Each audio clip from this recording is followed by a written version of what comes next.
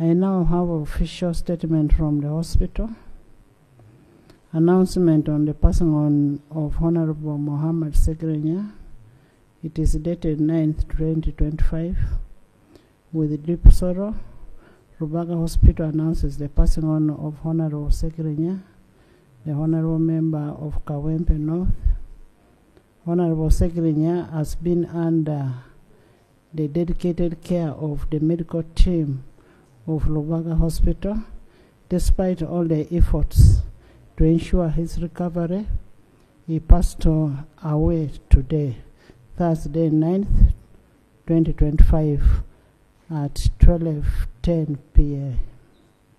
On behalf of the hospital, we extend our heartfelt condolence to Parliament of Uganda, to the Speaker, Deputy Speaker, and Honorable Members of Parliament, plus the family of Honorable Mohammed Ssegirinya.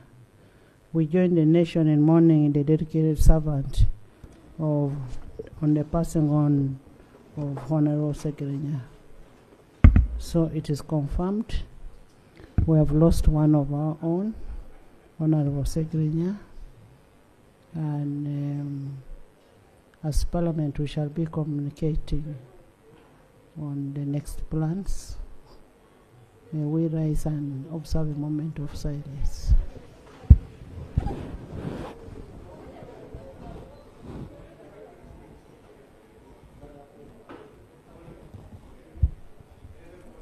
May his soul rest in eternal peace.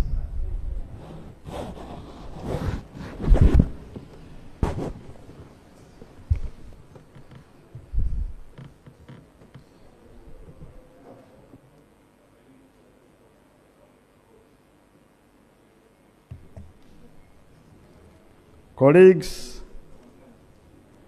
we still have challenges in land fragmentation, land ownership, and there are distortions that constrain production.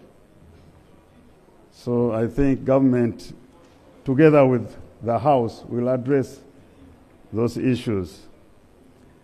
Despite existence of abundant resources of land, mineral, tourist attraction, there is limited value addition. Uganda is leading exports in 2023-24 were in low-value commodities of coffee, maize, fish, and its products and tea. Regarding coffee, 6.12 million 60 kg bags were exported, fetching only $1,143.8 million US dollars at a mere $3.1 per kilogram. So if we added the value, then we would have got more money.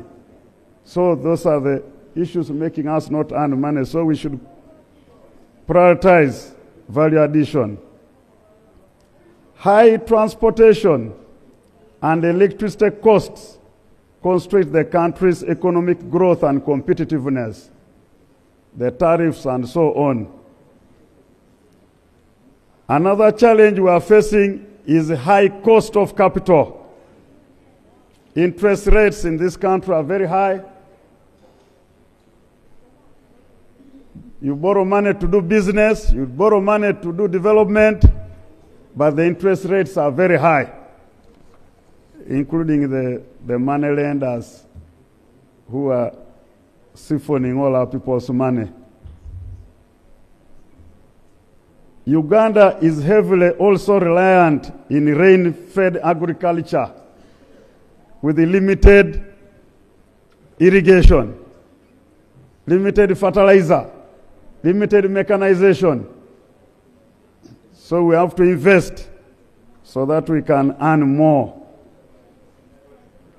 Investment and use of science, technology, and innovation is still low. So we are still doing things mechanically.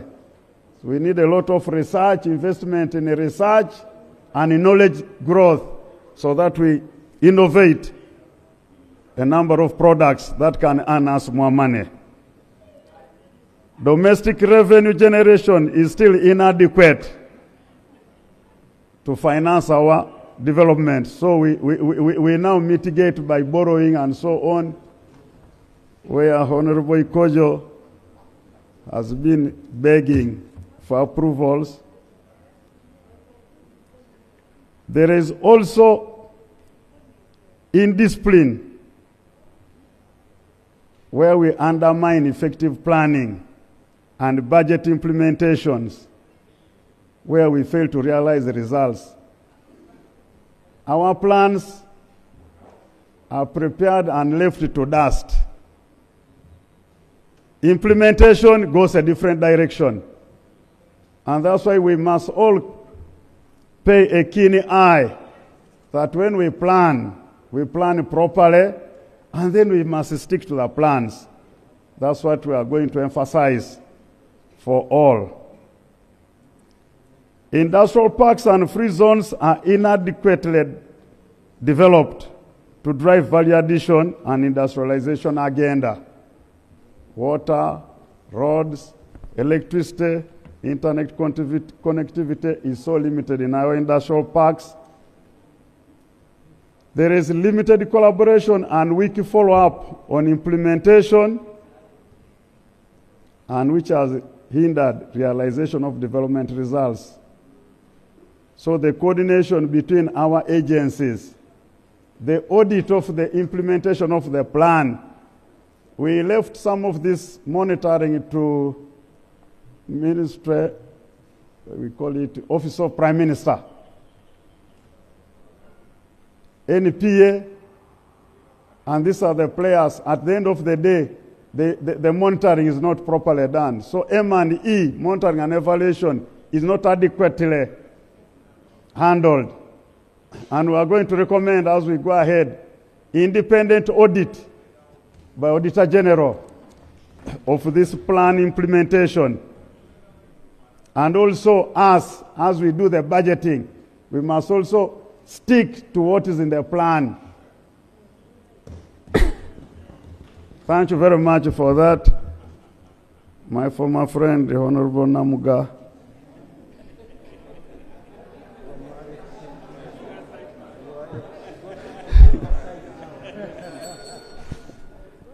Colleagues, in performing our duties, we agree that we work as a team.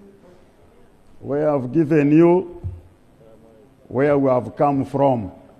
Now where we are going to is the fourth development plan, which you need to hear and pay much attention to, having known the weaknesses and having known that we need to be very serious in the next plan. I now invite one of our members who doubles as a member of Finance Committee and Budget Committee, Honorable Nakut Faith, to take us through the fourth development plan. Able-bodied lady. Yes. Thank you. Thank you. Before Honorable Nakut comes in, we're in the Strangers Gallery. This afternoon we have the Executive Director of the National Planning Authority and also the Katikiro of Buganda Kingdom. That's Dr. Muvawala I beg your pardon, Right Honorable and colleagues. I've been reminded by the front bench that I missed something very important. Number 16. Chair, can you sit? Allow me. Okay. You know, the chair has grown old. I was still introducing the NP Executive Director and the Katikiro of Busoga Kingdom. That's Dr. Muvawala Joseph. You're most welcome. He has come to observe the proceedings. So, Chair, you can finish what you want to say. Sorry. Number 16 says, there is one of the challenges and problems we are facing. There is regional imbalance That has remained despite various affirmative programs. Why had you left it out? It was just a lapse. Let me bring it verbatim. You read it as it Regional imbalances have remained despite the various affirmative programs and projects implemented by the government. The regional disparities are due to high-income poverty levels, limited underdeveloped regional value chains, inadequate economic and social infrastructure and services, and weak public sector management in some local governments. Poverty levels in some regions like Bugisu, West Nile, Busoga, Bukedi, and Teso have reduced. The word is have reduced. We are coming. They have reduced. While Kigezi, Lango, Acholi, and Karamoja have registered increases in poverty. So the other ones are falling. Poverty is falling somehow in some areas, but growing in other areas. Even in some areas where poverty is reduced, such as Busoga, Bukedi, and Teso, where it has reduced, it still remains above national average. So that means the reduction is so insignificant. But of course, at times we celebrate whatever results come. But we work. It motivates us to work, and it motivates us to understand that things are possible. It's very possible for us to reduce this poverty as it has started reducing in some areas. That's what, Madam Chair, it says vulnerability is high in all regions, evidenced by the inconsistent patterns in poverty rates. So, colleagues, Right Honorable and colleagues, I now invite the lady, Honorable Lady. Thank you. Before Honorable Nakut comes in, Honorable Baba.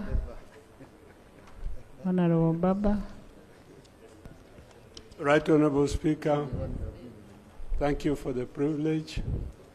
And honorable members, I regret to inform you that our old colleague, a veteran politician, Honorable Margaret Babadiri, passed on 30 minutes ago on the way to hospital. So we have now asked the funeral caretakers to handle the body, and we shall announce further arrangements later on.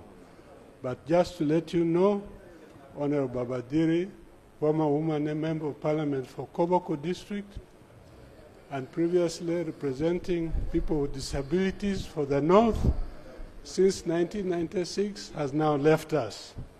With much regret, that is the information I want to tell you. And thank you for the privilege, Right Honourable Speaker. Thank you, Honorable Babadiri. We had got the information, but we were not very clear, and that's why we asked for the confirmation. And now that we have the confirmation, may we rise and observe a moment of silence.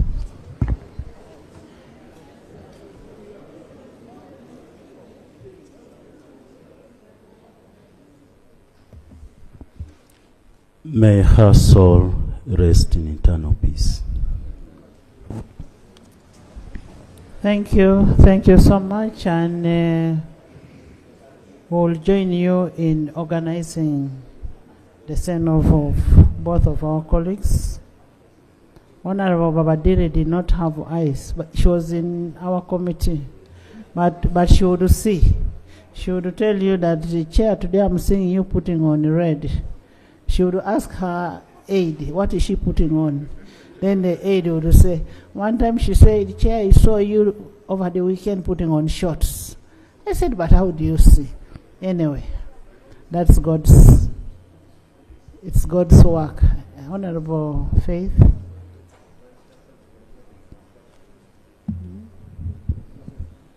Right, Honorable Speaker, kindly register my deepest sympathies to you and colleagues and to their families. It's a hard thing losing 2 colleagues in a matter of minutes. May God strengthen the House and strengthen you, the family. I'll continue from where the chairman budget stopped. We are on page 13 for members who are following.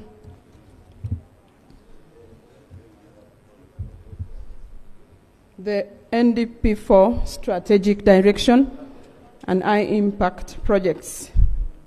The NDP4 strategic direction. I know that members, there is a lot on the order paper and we will have to rush, but I request that we read, you allow me read from 14 to 24 and then to the committee observations. And we skip some parts that members can follow on their own. The NDP4 strategic direction, the specific objectives underpinning the overall growth strategy, they are 6, as highlighted by the minister.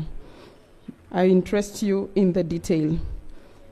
The number 1, attaining a sustainable double-digit economic growth target of 10% by financial year 2029-2030. It will entail prioritizing investment in 5 key growth areas to enhance value addition.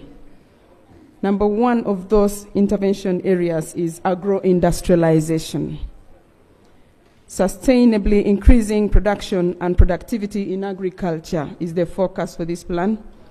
This will include promotion of soil testing services, construct agricultural research support facilities, and produce semen, breeder seed, and early generation seed for priority commodities, establish appropriate farm water reticulation systems, solar-powered irrigation systems, deep production wells, multi-purpose bulk water infrastructure, groundwater extraction, and community watering points, gravity flow irrigation schemes, micro-irrigation systems for farmer groups, acquire sets of working tractors and implements to support the PDM enterprise groups, establish zonal agricultural mechanization centers to improve access, train, demonstrate, and test appropriate agricultural mechanization technologies and equipment, establish partnerships with the private sector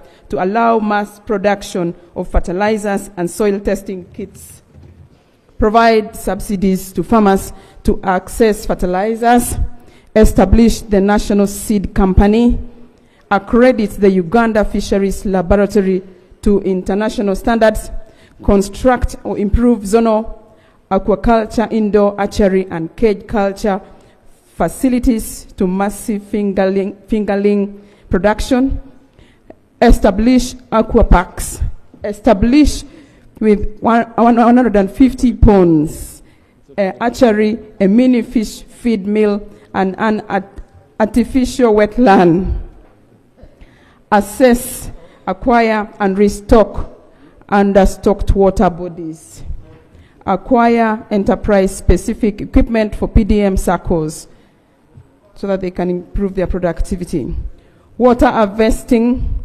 equipment, production enhancement equipment, acquire and distribute livestock vaccines in their different assortment. I want to read in detail. Recruit extension staff for every sub-county. Equip and facilitate extension workers to provide extension services to farmers at parish level to support the PDM. Allow me move to the next one. You can read the rest. Improving harvest and post-harvest handling and storage. This will include establishing and stocking 2 national food and seed reserve facilities, constructing cold rooms in markets, and acquiring regional meat cold chain transportation trucks, rehabilitating 10 dilapidated milk collection centers, establishment of animal feed storage facilities on agri ranches and farms, conducting training in harvesting, post-harvest handling, and storage, undertaking refurbishment of warehouse facilities and inspections to assess conformity to warehouse standards. The next thing within the agro-industrialization component is the developing and operationalization of value addition infrastructure.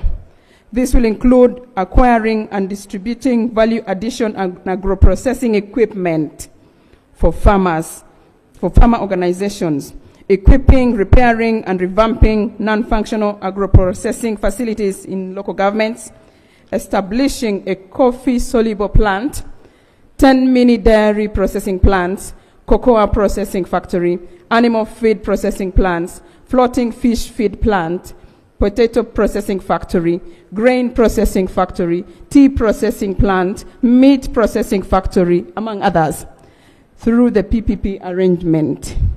Train value chain actors in that sector. The next within that list is increasing market access and competitiveness of agricultural products in domestic, regional, and international markets.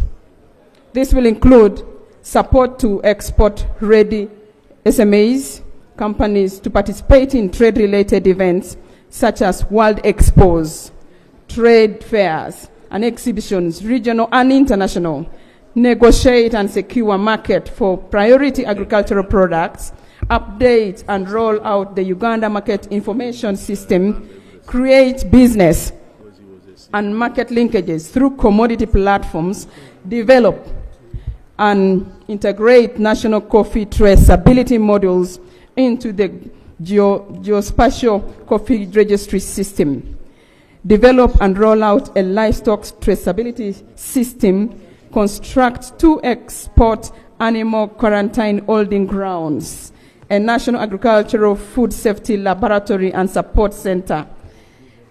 The other is increasing access to agricultural finance and insurance.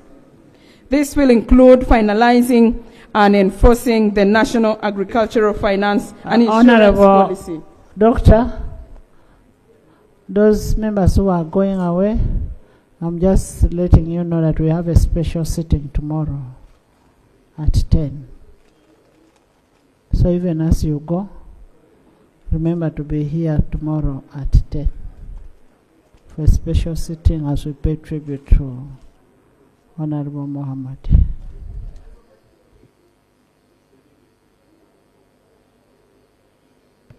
Thank you, Right Honorable. We will ensure to be around.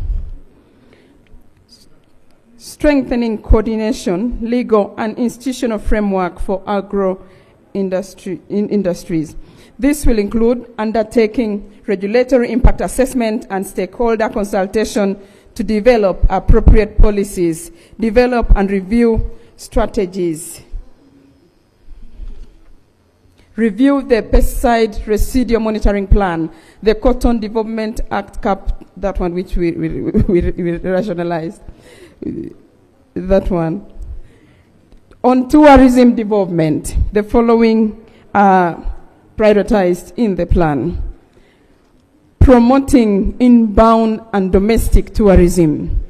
This will include undertaking aggressive marketing and promotion using media and other sources in key source markets, carrying out brand marketing campaigns and branding foreign missions in key source markets, undertaking and improving uptake of tourism-related research and market intelligence.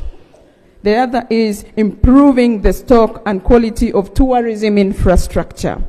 This will include the development and improvement of tourism infrastructure such as hotels, airstrips, roads, ICT, safety and rescue, water transport, ports. Many of them will be done through public-private partnerships. Conserve, develop, improve, and diversify tourism products. This will include conserving Uganda's natural and cultural heritage, including wildlife protected areas such as national parks and wildlife reserves, cultural sites, to undertake protected area boundary maintenance, including establishing markets, boundary reaffirmation, buffers, wildlife deterrent measures, Uganda Wildlife Authority Ranger Force deployment and operations, combat poaching, illegal trade and trafficking of wildlife, among others. On tourism development again, we have developing the skilled personnel along the tourism value chain. This will include upscaling the training in line with the international tourism training standards, to rolling out apprenticeship and exchange programs with internationally acclaimed tourism institutions, strengthening the capacity of Uganda Hotel and Tourism Institution, among others. Finally, on tourism, we have the plan wants to enhance enforcement of regulation and coordination of the tourism program. This will include developing regulations, standards, and guidelines for the existing legal frameworks, reviewing the Tourism Policy 2015 to consider emerging trends, including sustainable tourism development, establishing quality mark standards for grading of tourism-related facilities, scaling up registration of tour operators, guides, facilities, among others. On minerals, this number 3, I talk about agriculture and then tourism. Now on minerals, oil and gas development. The focus will be on increasing sustainable exploration of extractives. This will include undertaking exploration and quantification of the oil and gas frontier basins, priority minerals, and geothermal resources. Secondly, increasing sustainable production and commercialization of extractives. This will include establishing and functionalizing laboratory network for extractives, produce crude oil to feed the ECOP and the refinery, prioritize production of gold, iron ore, limestone, tin, tungsten, tantalite, rare earth elements, phosphate, pozzolana, marble, develop mining fields and processing plants for the priority minerals, develop the refinery and pipeline. Honorable Faith, what you're reading is all what is in the NDP, what was presented. It was actually copied and put in the report. So we would want you to look at 8. That is page 37. Because the other one is already in the NDP. What are your recommendations as a committee? Thank you, Right Honourable Speaker. We're going to page 37, where the committee observations and recommendations are. The committee observations and recommendations. Legal compliance. According to Section 7.1 of the NPA Act 2002, the primary mandate of the National Planning Authority is to produce comprehensive and integrated development plans for the country, elaborated in terms of the perspective, vision, long-term plans, and mid-term plans.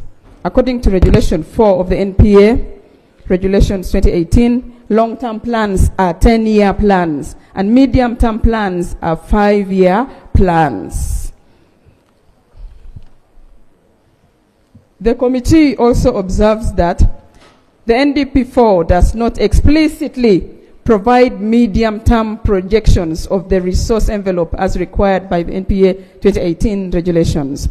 The 10-year national development plans have not been developed, and this hinders the alignment of the 5-year development plan to the vision, the 30-year vision. The committee recommends, therefore, that the National Planning Authority develops a 10-year national development plan that will link the vision with the 5-year plan. 2, amendments are made to the NDP4 to include the resource envelope for the medium term. It will help in planning. Observation number 2, NDP4 programs. The committee observed that The NDP4 programs have reduced from the 20 programs in NDP3 to now 18 programs. The NDP4 community mobilization and mindset change is now a component of human capital development. Sustainable petroleum and mineral development programs have been merged to form the Sustainable Extractives Industry Development Program. The program approach was adopted in NDP3 and was intended to enhance synergies and reducing silo approach to planning, budgeting, and implementation across government. However, before full adoption and understanding of the program approach, the NDP4 has already proposed adjustments to the programs. These changes in the program designs could undermine the effective implementation of the program approach. Therefore, the committee recommends 2 remedies. 1, amendment of the PFMA Act 2015 to ensure it recognizes the program approach. Number 2, there is need for government to ensure consistency in the programs and program designs and ensure that programs don't continue to change over time. The third observation, rationalized agencies under RAPEX. The committee observed that while several agencies were rationalized, the plan continues to recognize them as implementing agencies. For instance, UCDA, UNDRA, URF, DDA, among others, they are in the plan. Yes. Therefore, the committee recommends amendments to the NDP4 to be consistent with the current government policy on rationalization of government agencies. Monitoring of National Development Plan. The committee observes that monitoring of the past development plans has not been adequately undertaken. For instance, in the financial year 2022 and 2023, the Auditor General's report highlighted that only 40% of planned indicators were effectively monitored, and only 30% of government projects had adequate M&E plans. Local governments still lacked functional data systems, and the community information systems were not operational. The committee recommends that government prioritizes strengthening the capacity of NPA to effectively monitor implementation of the National Development Plan. Number 2, in addition, the committee recommends that the Office of the Auditor General carries out annual special audit on the implementation of the NDP4 and report to Parliament. The other observation, realignment of the ruling party manifesto with National Development Plan. The committee observed that after approval of NDP4, the ruling party manifesto in 2026 may be inconsistent to the NDP4 strategic controls and direction. This inconsistency may hinder implementation of the plan, regardless of which government takes the power in 2026. Therefore, the committee recommends that in order to ensure consistency, the ruling party manifesto and the National Development Plan, the committee recommends that the NPA should conduct annual and mid-term reviews of the NDP4 as per Regulation 10(2) of the NPA Regulations 2018. The other observation, slow implementation of public investment projects. The committee observes that all growth strategies of the NDPs are anchored on public investments, especially in the core projects, high-impact projects, and other attendant projects. However, projects delays are still a challenge, in particular for externally funded projects. Over the last 6 years, externally financed projects have spent only 44% of their allocated budgets over the same period. With delays in the acquisition of right-of-way, such as land and compensation and or resettlement for project-affected persons, procurement delays, which in turn affect project implementation, increase in direct costs of non-performing projects, including commitment fees, insufficient real-time monitoring of projects, poor sequencing of projects, insufficient feasibility, and appraisal studies of projects cited as the main reasons for the under-execution. The committee recommends the following 5 things. Number 1, the NDP4 should focus on the incomplete strategic projects carried out from the NDP3. These projects are largely in the railways, roads, energy, and oil and gas sectors, basing on plans to develop industrial ecosystems around iron ore, oil and gas, and phosphates. There is need to continue investing strategically in electricity power generation. Number 2, there is need to undertake project due diligence. Through 1 month is too much, the House will decide that, but there is cleaning that must be done in the plan, so that we know what we are focusing on for the next 5 years. Right Honorable Speaker and members, the Joint Committee on Finance, Planning and Economic Development and the Committee of Budget made those observations and begs that the House approves the NDP4 with the recommendations highlighted above. I beg to submit. Thank you, thank you. Thank you so much. I am happy the ED is still here. You've heard the duplication. The work that has already been done is in the plan. So you'll have to do a thorough cleanup and remove what is not supposed to be here and put what is supposed to be here, mindful of equity, regional balance. And we should have a national development plan which is always evaluated, but also a smart one that is achievable. Achievable, not just putting. We need a smart NDP4. Honorable Baka. There is a minority. Oh. Thank you, Right Honorable Speaker. No, there is a minority.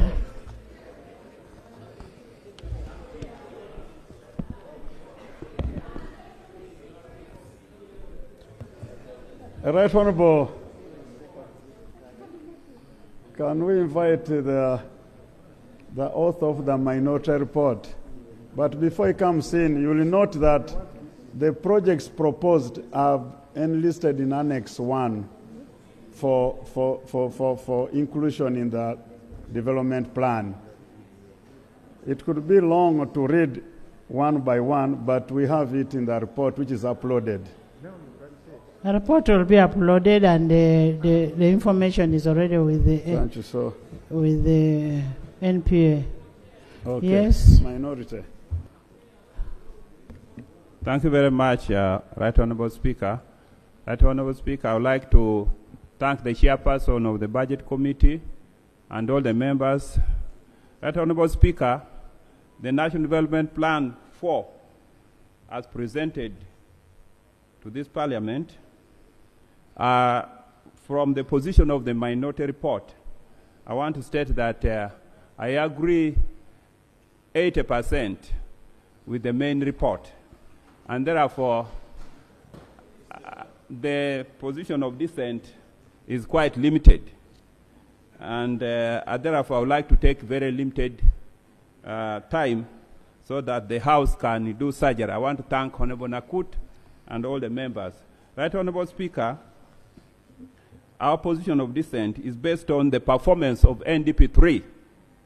NDP3's performance is at 17%, whereas the budget for the last 5 years during the NDP3, performance from the development aspect was 40%, recurrent was more than 100%, but when you aggregate the 5 years, you realize that NDP3 performed at 17%. Why? Simply because of mismatch and alignment. And we should not allow the disease that occurred in NDP3 to come to NDP4. And that's our position of dissent. Secondly, the mismatch and the legal cohesion. Madam Speaker, the Public Finance Act, the National Planning Authority Act and the attendant legal framework demands cohesion in the legal framework while designing and coming up with the NDP4. As of today, Madam Speaker, you realize that the NDP4 is designed based on program. We have not amended the Public Finance Act. We have not amended the rules of procedure. Some institutions are still operating under sector-based wide approach. And this is the tool for which we are amending the rules of procedure as per programs. Yes, thank you and very the much. report is already uploaded.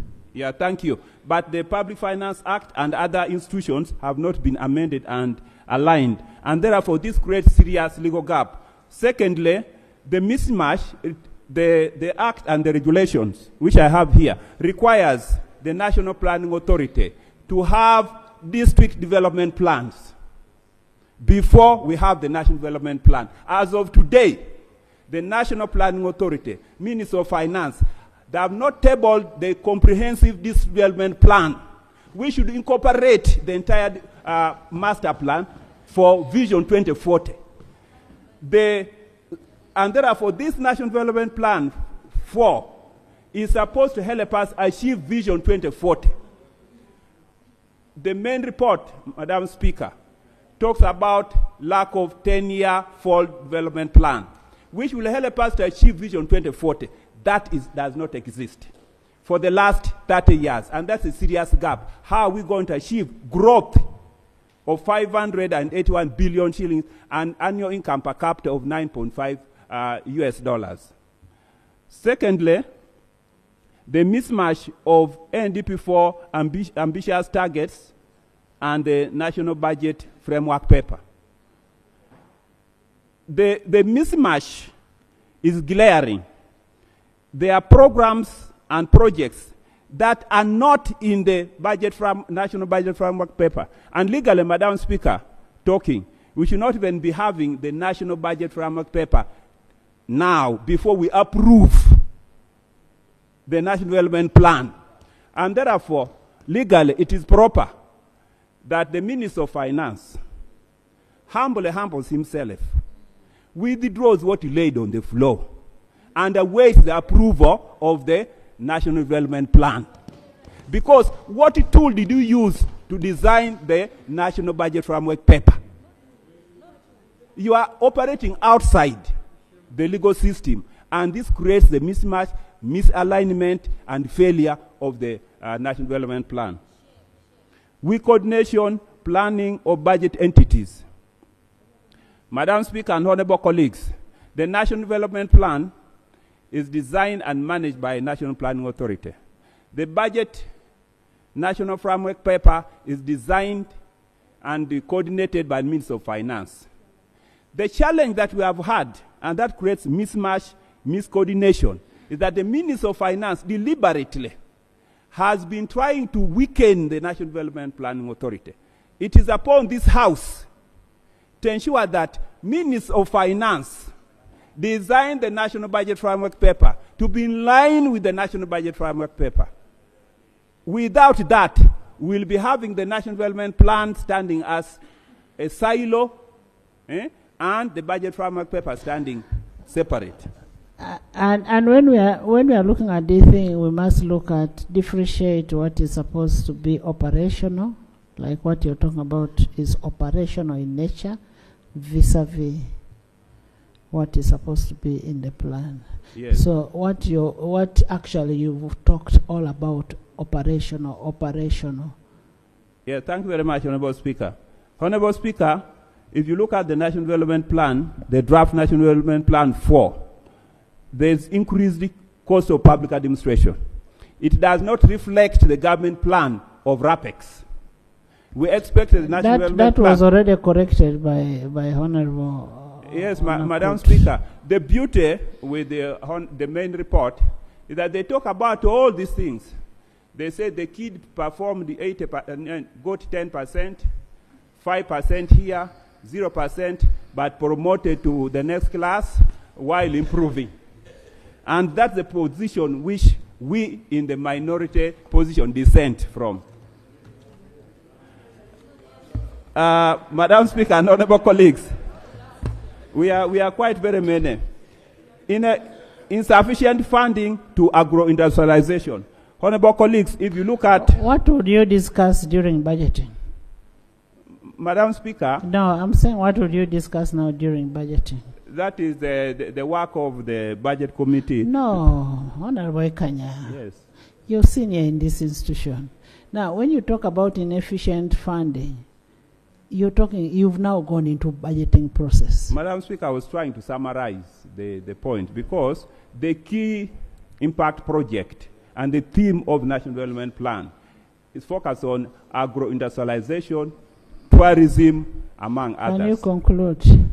But what I'm telling you, don't mix what is supposed to be in the budgeting process vis-a-vis the plans that are there for the 5 years. Remember, budgeting is per annual. Yes, thank you very much, Madam Speaker. Madam Speaker, it is important in order to achieve the NDP4, the resource allocation mechanism must be aligned to the planning. If you allocate 2.4% for agro-industrialization, you allocate 1.5% to agro-industrialization, and then you allocate in the entire 5 years 24% debt servicing. That means, Madam Speaker, this development plan is a debt servicing national development plan. Thank you very much. Thank you. The national development plan, for all we need to do is to do a cleanup. We need to make sure that there is equity. We need to make sure Madam that... Speaker, I need to conclude. But I therefore wish to conclude and recommend that the National Development Plan 4 should not be approved until all the issues that have been raised by the main report and the minority report have been incorporated, and the minister brings it back for approval after. We have time. We have timelines on the budgeting process, and the timelines must be followed. Approving a national budget, national development plan does not have an effective, because we have to do the BFP, and that is a precursor to the budget framework paper. Yes, Honorable Baka, thank you for your operational issues, Honorable Kanya. Honorable Baka. Right, Honorable Speaker, thank you so much for the opportunity. Madam Speaker, I rise to support the main report and thank the two committees, Committee on Budget and Committee on Finance, for the work they did. I passed there and I saw them very busy. This was a huge report, but they dedicated time to ensure that it comes out. Actually, I was surprised that just on the dot when you invited, the report was uploaded. So we thank you so much. I also want to thank the NPA, my Prime Minister of Busoga, the Executive Director, for the great work they have done in injecting into this NPA project. Madam Speaker, I support the report of the committee, and my support is anchored on paragraph which is on page 46, which recommends that all programs which had been hitherto put under governance and security should be transferred to administration of justice program. Madam Speaker, I'm the chairperson of legal, and we are so much interested in legal to see that administration of justice is efficiently done. So we pray that all programs which have a bearing on the administration of justice should be anchored and should be transferred to the administration of justice program. In the report, they mentioned some programs, interventions which are found in the Ministry of Gender, LDC, Ministry of Local Government, the Government Analytical Laboratories, the DPP, but they have left out interventions found in Uganda Police Force, Uganda prisons, and the Ministry of Justice, which have a bearing, a critical bearing on the administration of justice, which if they are left out... The juvenile courts? The juvenile courts have been mentioned under Ministry of Gender. That is under prisons. But also as a chair of legal. Yes, Mama. There is something that was raised by Honorable Dur on the issue of backlog. You wanted an assurance. How sure are you that they will be efficient if you took all this to them? Thank you, Right Honourable Speaker. I thank my chair for granting me opportunity to raise this point of clarification. The point of clarification I would like to raise, and I would like assurance from you, one of the justice institutions is the court-martial under the UPDF. Is it now your assertion and your support that that court-martial must be removed from the purview of the UPDF and brought under the purview of the administration of justice, since you are bringing all justice institutions under one program? This is what I'm saying actually. What we are saying, Mama, Right Honorable Speaker, is that institutions that have a bearing on administration of justice should be brought together for planning purposes. I was talking to a DPP yesterday, and she told me that, for example, judiciary is given funds to go and kickstart the operations, and they actually start. Judicial officers are available, but the prosecutors are not there. They don't have funds to operate. So if they are together in one pool, planning their operations, funds will be available at the same time, and therefore it will help in working out on the Thank you. So Madam Speaker, my prayer is that as we approve the report, we also recommend that institutions, interventions in institutions which have a bearing on the administration of justice should be transferred to the administration of justice program, especially the police, the prisons, and the Ministry of Justice. Honorable members, the program-based budgeting. One institution can have even 5 programs, and they can belong to different institutions. When you look at, say, Parliament, you'll find Auditor General is based in the Parliament and that kind of thing. So you can have different, but you've not answered what Honorable Dur was asking. Can I have a response from AJ?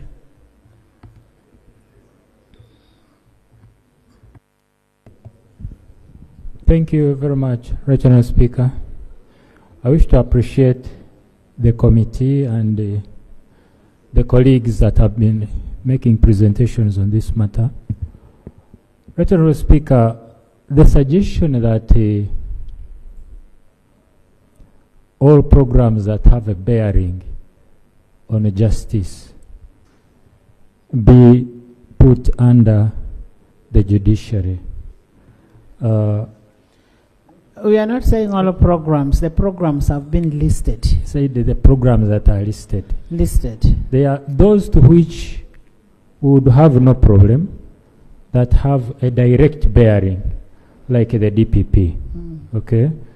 But be that as it may, this is not the appropriate time for us to do this now.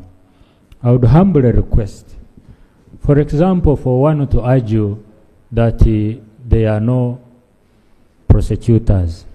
If the DPP joins, that one is okay. They can do their budgeting together.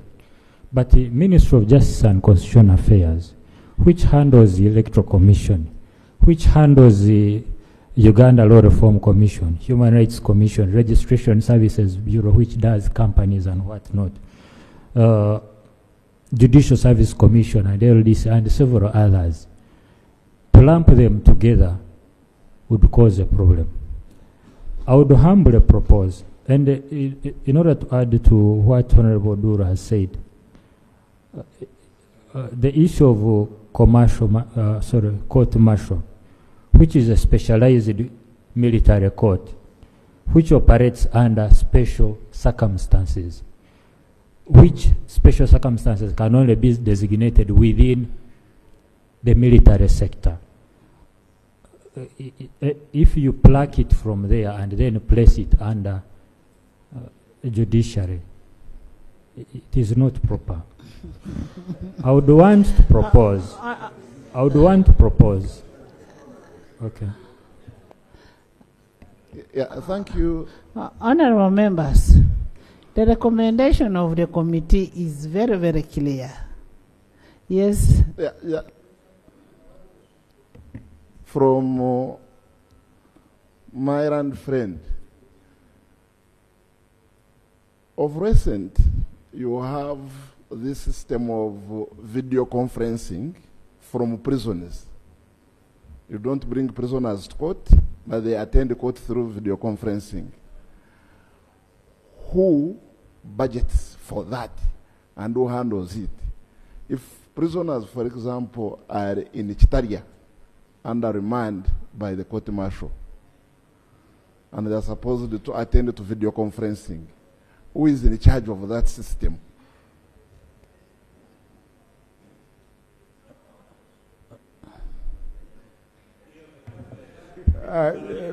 Before you respond to that one, Right Honourable Speaker, from the perspective of planning, we begin with the objective, and then we lay out the strategies, the interventions, and then we ask ourselves a question: who is responsible for implementing this? And then we say it is agency X. We don't start from the institution. We actually not rationalizing or reorganizing institutions. We are not starting from the institutional side, but we are starting from the intervention side. And that is a program approach to planning. So we're actually promoting the concept of collaboration in the implementation of government programs. So these issues that Attorney General was raising, of Electoral Commission, you know, those activities will go to the relevant programs. They can even remain in the governance. Remember what the Speaker clarified, that an institution could be placed under different programs. And in fact, they are there. When you look at the plan, you will find one institution appearing in more than 3 programs because of the activities that they perform. That is the logic behind this. Because we are promoting cohesion, collaboration within these institutions to deliver towards a common goal and purpose. That is the idea.